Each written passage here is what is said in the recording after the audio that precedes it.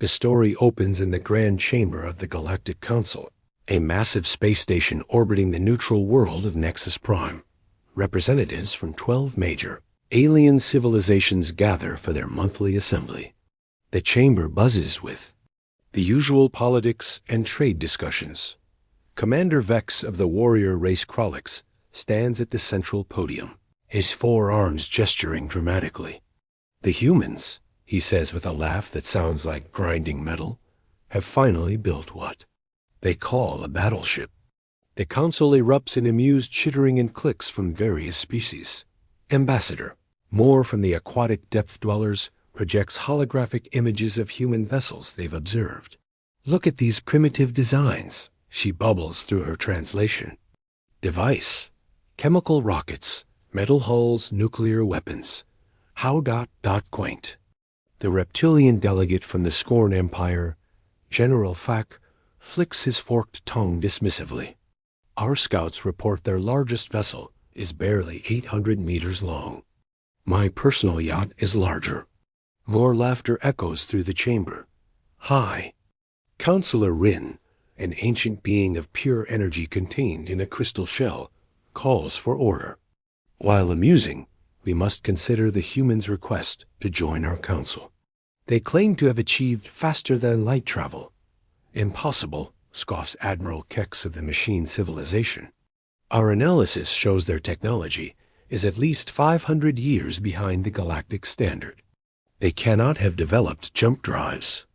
The discussion continues with each species, sharing intelligence about humanity. The insectoid hive queen Zhao mentions human aggression, but dismisses it as primitive savagery. The gaseous beings of Nebula. Confederation note human expansion, but call it slow and inefficient. Captain Rex of the mercenary Void Hunters speaks up. My crews have encountered human ships near the outer rim. They fight with surprising determination, but their weapons are laughably weak. Kinetic projectiles and chemical explosives against our plasma shields and reality-bending weapons. The Council decides to send a standard diplomatic fleet to Earth's solar system, not to negotiate seriously, but to formally reject humanity's application and perhaps establish some minor trade agreements for raw materials. Let us show these humans the power of real civilization, declares Commander Vex. Send the Third Fleet. Nothing too impressive. We wouldn't want to frighten them into submission too quickly. The meeting concludes with the date set. In 1 Galactic Standard Month, a fleet of 37 vessels from various civilizations will arrive at Earth to deliver the Council's decision. As the representatives file out, casual conversations continue about humanity's amusing attempts at space. Warfare. None notice the small, cloaked observation drone that has been recording everything from the chamber's shadows. 3 weeks later, in the underground command center beneath the Cheyenne Mountains, Admiral Jack Stone reviews intelligence reports with grim satisfaction. The stolen footage from the Galactic Council meeting plays on massive screens around the war room. They think we're primitives, says General Lisa Park, studying alien fleet compositions. Good. Let them keep thinking that. Dr. Alex Ray, head of the Xenotech Division, pulls up classified files. The listening posts have been monitoring their communications for months. They're bringing 37 ships, but it's just a diplomatic show of force. Nothing from their main battle fleets. Stone nods, his weathered face showing no emotion. How's Project Titan coming along? Colonel Mike Webb, the project's military liaison, activates a holographic display. The image shows a massive vessel, sleek and deadly, docked at the hidden shipyard beyond Pluto's orbit. Final systems checks are complete, sir. She's ready. The room falls silent as everyone studies the ship. At 3 kilometers long and bristling with weapons, it represents humanity's greatest secret. While the galaxy watched humanity's primitive vessels putter around the inner solar system, Earth's best minds had been working in secret. Dr. Ray explains the key systems. The primary cannon uses focused gravitational fields to accelerate. projectiles to 90% light speed. Secondary batteries fire coherent antimatter streams. The hull is composed of programmable matter that can absorb and redirect energy attacks. And the special systems? Stone asks. Fully operational, Webb confirms. The reality anchor prevents any jump drive escapes within 50,000 kilometers. The quantum scramblers will make their sensors useless. And the psychological warfare package? He pauses with a grim smile. Let's just say we've studied their species' deepest fears. Intelligence Officer Kate Lynn brings up tactical displays. Our spy drones confirm their fleet composition. Mostly ceremonial vessels with standard shields and plasma weapons. They're not expecting a fight. Stone considers the options. Humanity had spent decades reverse engineering crashed alien technology, studying every scrap of data from first contact incidents and preparing for this moment. The galaxy saw Earth's public fleet of simple warships and assumed that was all humanity possessed. The question, says General Park, is how hard we hit them. We could disable their ships, make our point, and negotiate from strength. Dr. Ray shakes his head. The psychological profiles suggest that won't work. These species respect only overwhelming force. Half measures will be seen as weakness. Colonel Webb pulls up files on each alien species. The Krolix value strength above all. The Scorn Empire understands only dominance. The machine civilization respects superior technology. We need to demonstrate all three simultaneously. Stone studies the intelligence reports one final time. Humanity had been preparing for galactic contact since the first radio signals were intercepted 60 years ago. Every crashed probe, every failed alien scout ship, every intercepted communication had been studied and analyzed. They want to see Earth's battleship, Stone says finally.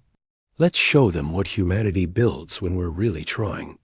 Orders go out across the solar system. The public fleet is recalled to Earth orbit for routine maintenance. Deep space monitoring stations go to full alert. And far beyond Pluto, the UEC Retribution begins its journey toward the inner system. Its crew of Earth's finest warriors preparing for humanity's debut on the galactic stage.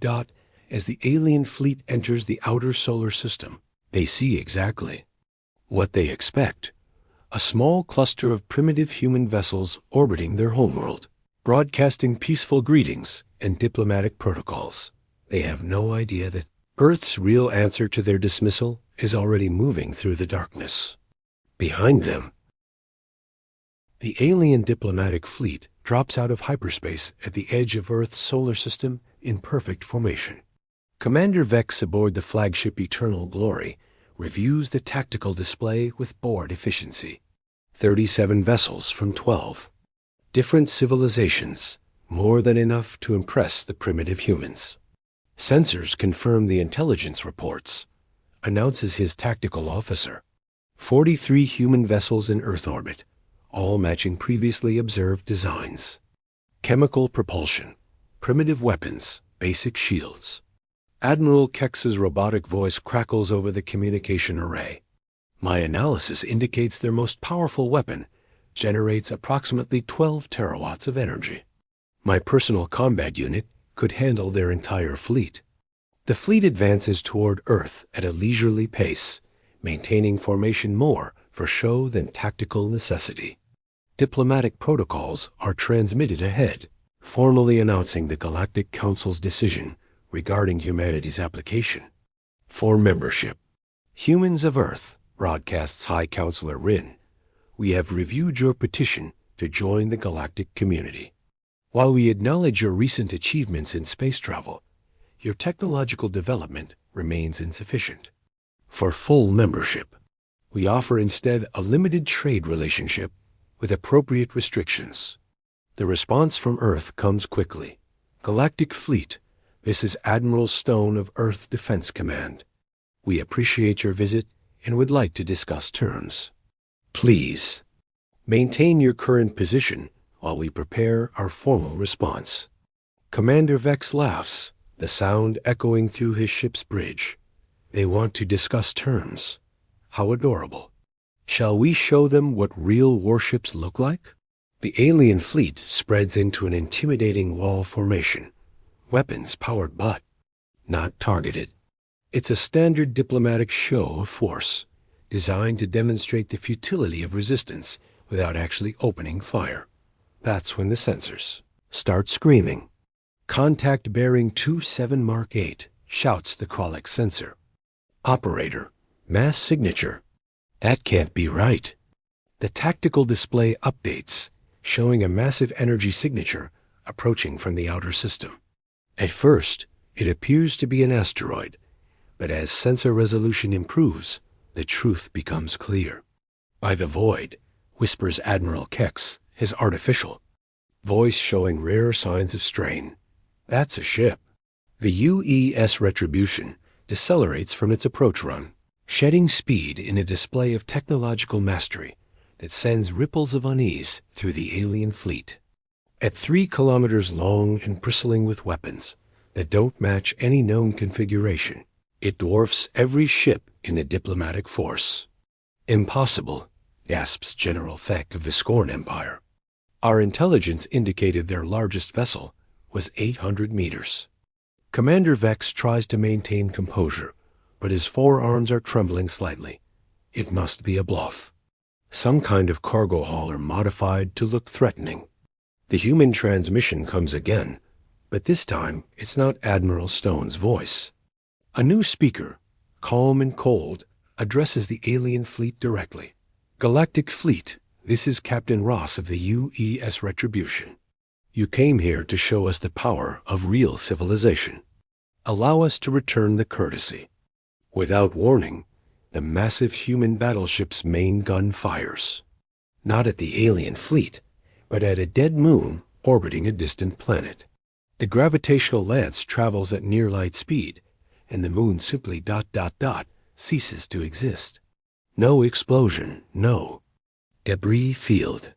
One moment it's there, the next it's gone, converted to its component atoms and scattered. Across space. The alien fleet's sensors struggle to process what they've witnessed. Energy readings are off the charts. The weapon technology is completely unknown, and the casual display of power suggests this is just a demonstration, not a full power shot. Defensive positions. Commander Vex finally manages to shout, but his voice cracks with uncertainty. The human battleship doesn't move to attack. Instead, it simply continues its approach, maintaining the same steady course and speed. But now the alien fleet can see it clearly. Weapon ports that could swallow their smaller ships, armor that seems to bend light around it, and energy readings that suggest power output beyond their ability to measure. Communication from the human vessel, reports the Krolek's communications officer, his voice barely above a whisper. Captain Ross's voice fills the alien channels once more. Gentlemen, you wanted to see Earth's battleship. Here she is. Now shall we discuss those terms again? I believe Admiral Stone mentioned something about a formal response to your generous offer. The alien fleet hangs in space, suddenly very aware that they are no longer the predators in this encounter. Panic spreads through the alien fleet like wildfire as Captain Ross's calm voice continues broadcasting from the massive human battleship. I understand there may be some confusion about humanity's technological capabilities. Ross says, his tone conversational despite the devastation they've just witnessed. Allow me to provide some clarification. Commander Vex frantically tries to establish communication with his fleet commanders, but something is interfering with their signals. What's happening to our communications? The answer comes from the Retribution. We've deployed quantum scramblers to prevent any hasty decisions. Your weapon systems and jump drives are also temporarily disrupted. Please consider this a safety measure. Admiral Kex's mechanical voice stutters as his ship systems struggle against the human interference. This is impossible. Quantum scrambling technology is theoretical even for our most advanced civilizations. General Thack of the Scorn Empire stares at his tactical display in growing horror. Their ship. It's not just large. Look at these energy readings. They're generating more power than our entire fleet combined. High Counselor Rin, the ancient energy being, extends probing sensors toward the human vessel and immediately recoils. I cannot penetrate their hull. Their technology is ... alien to us. How is this possible? Captain Ross continues his explanation. And now other human vessels begin emerging from concealment throughout the system. Not the primitive ships the aliens had observed, but sleek, advanced warships that had been hidden using sophisticated cloaking technology. You've been watching our public fleet, Ross explains. Those ships serve their purpose for civilian protection and basic patrol duties. But surely you didn't think we'd reveal our military capabilities to unknown aliens observing our system. Alien fleet watches in growing dismay as more human vessels decloak. Destroyers armed with weapons they can't identify. Cruisers that seem to bend space around them. And carrier vessels launching fighter craft that move with impossible agility. Captain Rex of the Void Hunters, whose mercenary crews had encountered human ships before, stares at his displays in confusion. These aren't the ships we fought. Those? Humans had chemical rockets and metal bullets. These are completely different. Of course they were different, Ross replies, having apparently heard the transmission. You encountered our frontier security forces. Local militia units with equipment appropriate for deterring pirates and raiders. Did you really think Earth would send our best technology to deal with random encounters on the Outer Rim? The demonstration continues as human vessels display capabilities that shatter everything the aliens thought they knew about the species. Faster-than-light communication that doesn't rely on jump points. Weapons that ignore known shield technologies. Defensive systems that seem to violate several laws of physics. Ambassador, more of the depth dwellers, watches her sensors with growing terror. Their smallest escort vessel generates more firepower than our heavy cruisers. How long have they been hiding this? Dr. Alex Ray's voice joins the broadcast from Earth. Since first contact protocols were established 67 years ago, every crashed probe, every failed scout mission, every piece of debris left behind by your various species reconnaissance efforts has been studied, analyzed, and reverse engineered. We've been preparing for this meeting for 7 decades. The implications hit the alien commanders like a physical blow. Humanity hadn't just developed space technology independently. They'd been studying galactic civilizations for generations, learning their weaknesses, preparing countermeasures. The mining operations you observed in our asteroid belt? Ross continues. Industrial production. The primitive space stations you detected? Research facilities? The simple trade vessels. Your scouts reported? Intelligence gathering platforms. We've been watching you watch us, and we've been learning. Commander Vex finally finds his voice, though it trembles with newfound respect and fear. What ... what do you want from us? Admiral Stone's voice returns to the channel, calm and professional. What we wanted originally. Recognition as an equal. Member of the galactic community. Full membership in the Galactic Council. And perhaps a more honest discussion about the terms of engagement. The alien fleet hangs motionless in space, completely outmatched and thoroughly humbled. Their casual dismissal of humanity has become a nightmare scenario where they find themselves at the mercy of a species they had, underestimated by orders of magnitude. High Counselor Rin finally speaks, his ancient voice heavy with the weight of this revelation. The Council will need to reconsider its position. Excellent, Admiral Stone replies. Captain Ross will escort your diplomatic party to Earth for proper negotiations. And gentlemen, welcome to humanity's neighborhood. We do hope you enjoy your stay. 6 months later, the Galactic Council chamber has been completely reconfigured. Where once 12 species held sway over galactic affairs, now 13 chairs surround the central podium, with humanity's seat positioned prominently among the major powers. Admiral Stone stands at the podium, addressing the assembled representatives with the same calm authority he'd shown during first contact. The atmosphere in the chamber is markedly different from the casual dismissal humanity had faced before. The trade agreements between Earth and the Kralix Empire have exceeded all expectations, Stone reports. Our joint mining operations in the Outer Reach have increased productivity by 300%. Commander Vex, now showing considerable deference to the human admiral, nods approvingly. His species had quickly learned to respect humanity's industrial capabilities after seeing their manufacturing processes in action. The cultural exchange program with the depth dwellers continues to yield fascinating results, Stone continues. Our oceanographic research has benefited greatly from their deep-sea expertise, while they've shown remarkable interest in our atmospheric flight technologies. Ambassador Moore bubbles her agreement through her translation device. The initial terror of first contact had given way to genuine scientific collaboration as both species discovered unexpected common ground. High Counselor Rin activates his crystal containment unit to address the assembly. The integration of human defensive technologies into Council security protocols has been illuminating.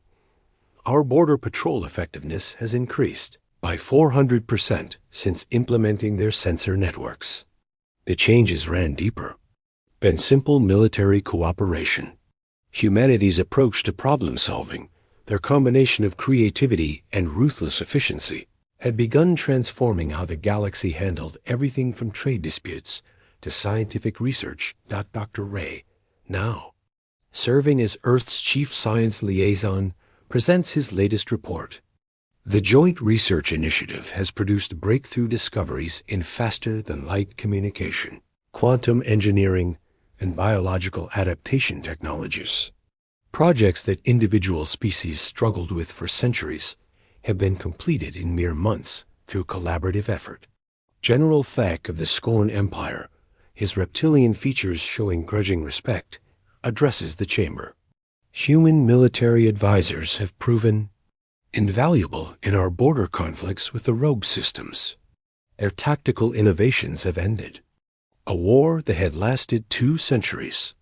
The transformation wasn't just technological. Humanity's diplomatic approach, combining their natural adaptability with hard-earned wisdom about galactic politics, had begun reshaping how the Council handled interspecies conflicts.